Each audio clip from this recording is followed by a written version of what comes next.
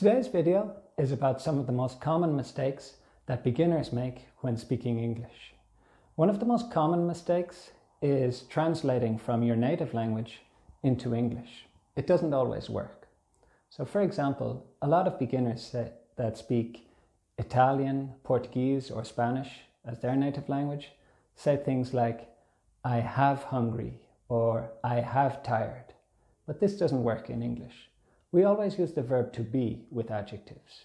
So instead, you should say, I am hungry, I am tired. I've got a challenge for you. Send us a video where you use a lot of adjectives, but don't forget to use the verb to be. Thank you.